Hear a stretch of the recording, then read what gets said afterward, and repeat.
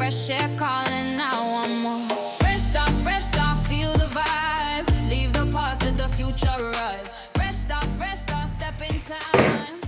Welcome to Fresh Start. It's a new social media platform that I'll be doing with my son. My name's Prince, and I'll be doing this with my son Kushai. And we're just going to be telling a story, basically, behind my upbringing and his upbringing and view on how life today is in regards to how life was when I was growing up and I was his age. He's 20 now, I'm 44. And we're just looking at how the world's changing. Some people will say for the worse. I believe it's going to be for the worst. I believe our kids are going to see a different way of living in regards to cost of living. Effectively is going to change their lives for the worst. We're feeling it now, my generation already. Just going to ask Kush a couple of questions. I know you're a gym man. Yeah, but in regards to everyday life, what do you feel like could be done better for you in regards to this country giving you a platform or something to work towards? I believe there's not enough ways for people that don't attend like university and that to get onto courses such as like PT and security and that to like live a better way of living in it. So a lot of people are ended up on like roads and that, doing gang violence and that, and it's leaving like kids like us. Even though I'm 20, I still class myself as a kid, but it's leaving kids like us in a vulnerable state where all these like are making good money and that, doing illegal activities, but we're trying to stay legal, get a good education, get a good job, but there's so many limiting factors. So basically what you're saying is because these young gang members or whatever they want to call themselves now, I know that past. I wasn't a gangman, but I grew up and I was on the roads. I played football for a period of time once that went down the drain. But that was all I had. Growing up, I just had a football. Once that had gone, my education, I weren't really that well educated, so I had nothing. So basically what you're saying is you see these kids of your age earning big money on the roads, gang related, some not, some just brought up in the wrong areas. How do we pull them away from this? How do we pull them away from that so it makes a difference into like what you're saying in regards to people like you going to university, college, but then even when you do that, yeah, and you finish and you got your degree and that, and you're still finding a struggle. They're still finding, I know people that still find it a struggle to find work after they've done 3-4 years in uni. So how do we change it? Because if these young kids that are seeing kids like yourself go to uni and college and at the end of it just being debt and not benefit from that, why would they come away from that lifestyle to then push themselves into that kind of situation of education? See, I feel like it's very hard to come away from such a lifestyle, especially to go into like a legal, working a normal 9-to-5 job, because it's been so glorified through like the rapping and drill that you see it all over England. But I believe like stuff like apprenticeships, they could be seen as a way to get out of that lifestyle. Also like content creation, as myself, I've started doing gym content on like TikTok and Instagram. But I believe it's just very hard for people to break away from earning so much money to a job where they have to gradually work their way up. Agreed. So basically the lifestyle that these kids are living, I've lived myself, so I'm not going to sit here and be a hypocrite to it. I've done the most. I've sold drugs. I've never been into the robbing thing. Like I've never been out there and robbed or held anybody up by gunpoint or knife crime. I don't really believe in that. I believe if you've got a problem with someone, stand toe to toe, fist to fist. That's another problem that we've got in the world today, especially the UK.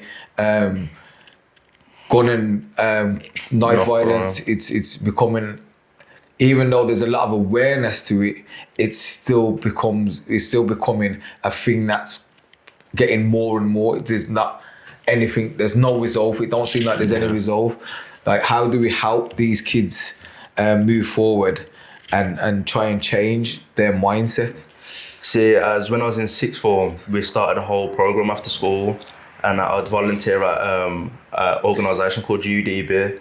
We'd bring kids from anywhere across the whole area and that to play like stuff like football, do different activities with them to keep them off the roads, keep them out of certain areas where gang violence is very high, such as like East Kingston areas, your Erdington areas. But I just feel like there's little we can do to help my generation, but you see the younger generations, I feel like, because they're still in school and that, and still learning about life, there's a lot we can do to steer them away from that type of lifestyle. So I think the problem you're gonna have is like a lot of young men now, they've got probably older brothers, siblings that are already in that kind of lifestyle. So when they're seeing the benefits of being on the road and having that name, and they're out there just kind of trying to make big brother be like a little proud of them and get a name for themselves, it's going to be hard to change their mindset, isn't it? Yeah, as someone with a little brother, like, I just want to make sure he's like set a perfect example so he stays nowhere near that lifestyle, like don't come anywhere near it.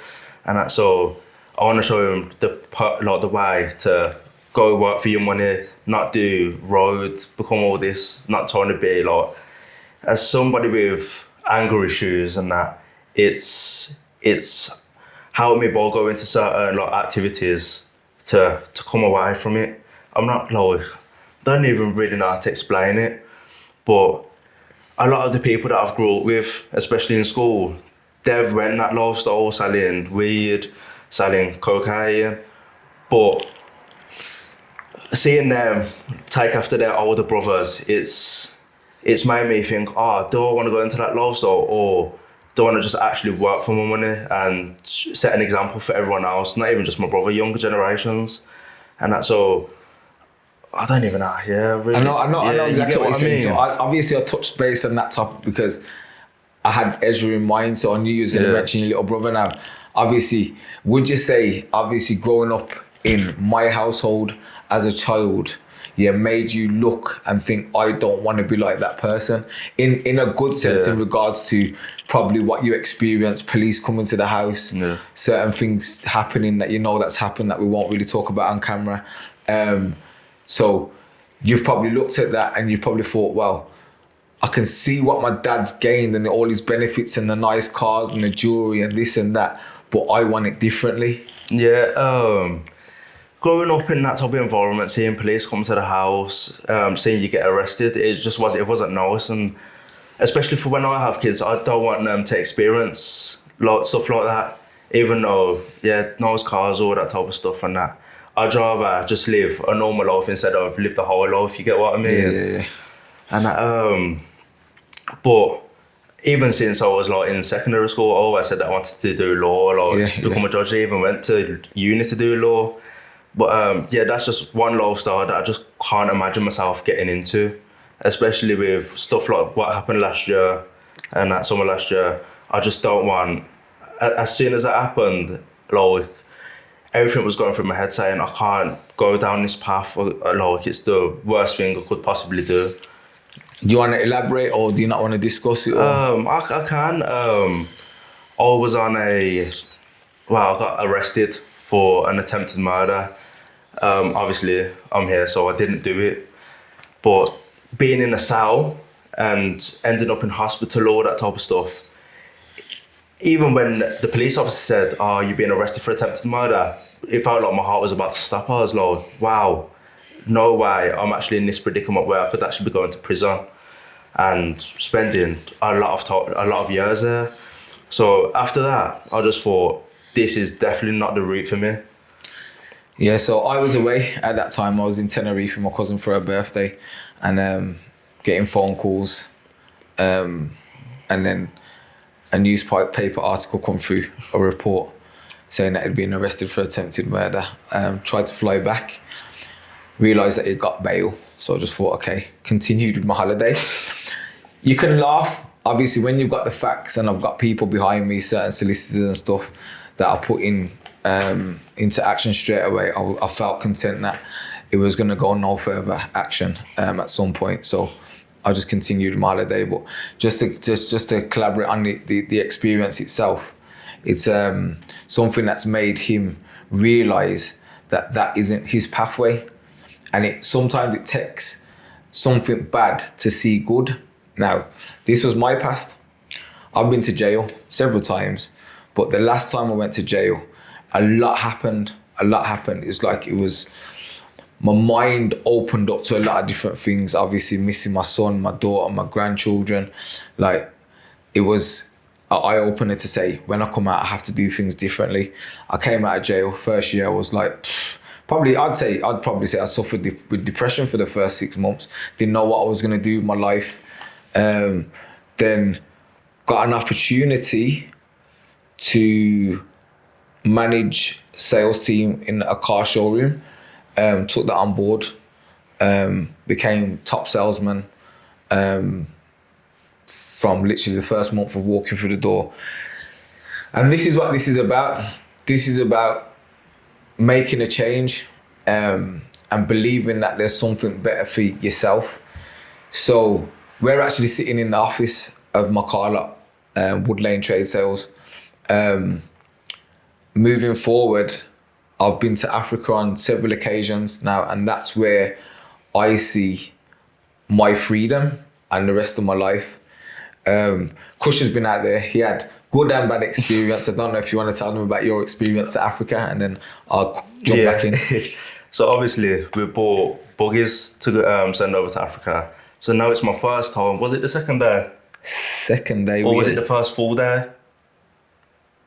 You done it on a Sunday. Yeah. We couldn't have been the second day. So we must have arrived on the Wednesday, I think. one of the first days that I'm out there. It was, innit? Yeah. No, it was the second day. So we arrived. Yeah. So the second day we were out there, I'm riding the buggies on the beach.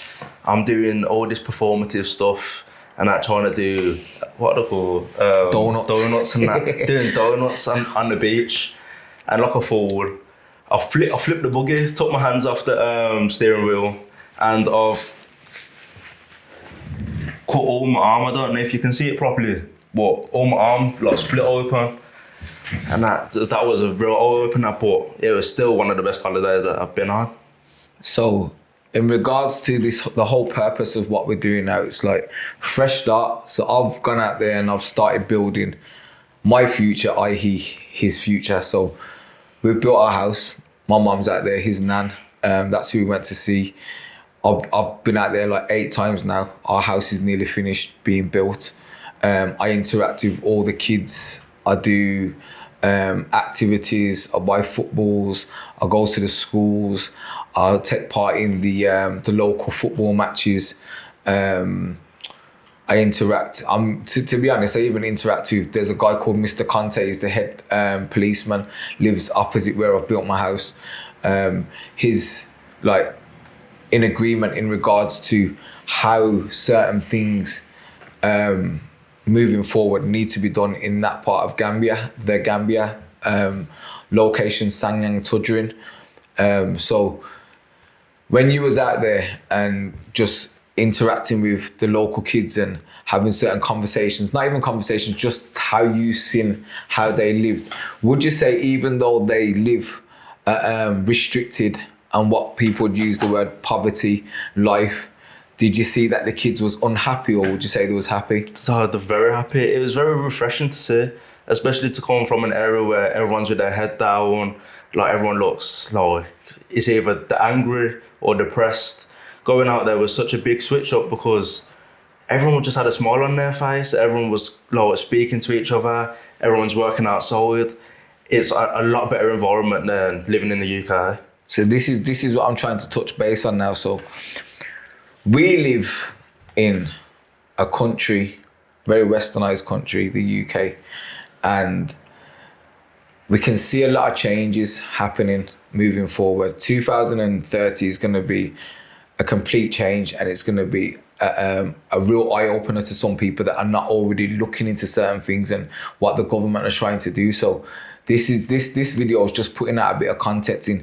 Just do your research, people. I'm not here to educate nobody. That's not me. Like, I'm not basically the teacher. I'm not going to school you on nothing. It's for you to do your own research and understand if this is your future or you see your future somewhere else. Now, me personally, I see my future somewhere else. As I've already said, I've started building my house in Gambia. I go out there and I see these young children with nothing. Absolutely nothing. I come back to the UK, I see these rude little kids running around their shops. Mama want this, mama want that, mama want them trainers, mama want them football boots, mama want that tracksuit. Yeah, no manners. Yeah, no manners. Don't speak to their parents with utter disrespect. Gambia, I see the most humblest little child with the most broke down his shoes, trainers, whatever on his feet, shorts on, holes in his vest, and the biggest natural smile you've ever seen in your life. You know why? Because they are happy with what they got. And yeah, they probably don't know any better, but they've also got social media, so they can see how other countries and other people are living, and it still don't faze them. Yes, it will push certain kids to say, I want this and I want that. So then it gives them that bit of drive and motivation to want to try and better themselves and try and get out of the Gambia, if it means coming to the UK, seeking education, employment, whatever it is. And this is what Fresh Start's about. And this is just the start of it. And there'll be a lot more content coming soon. Fresh start, feel the vibe. Leave the past, let the future arrive. Fresh start, step in time. Life's a rhythm and the beat.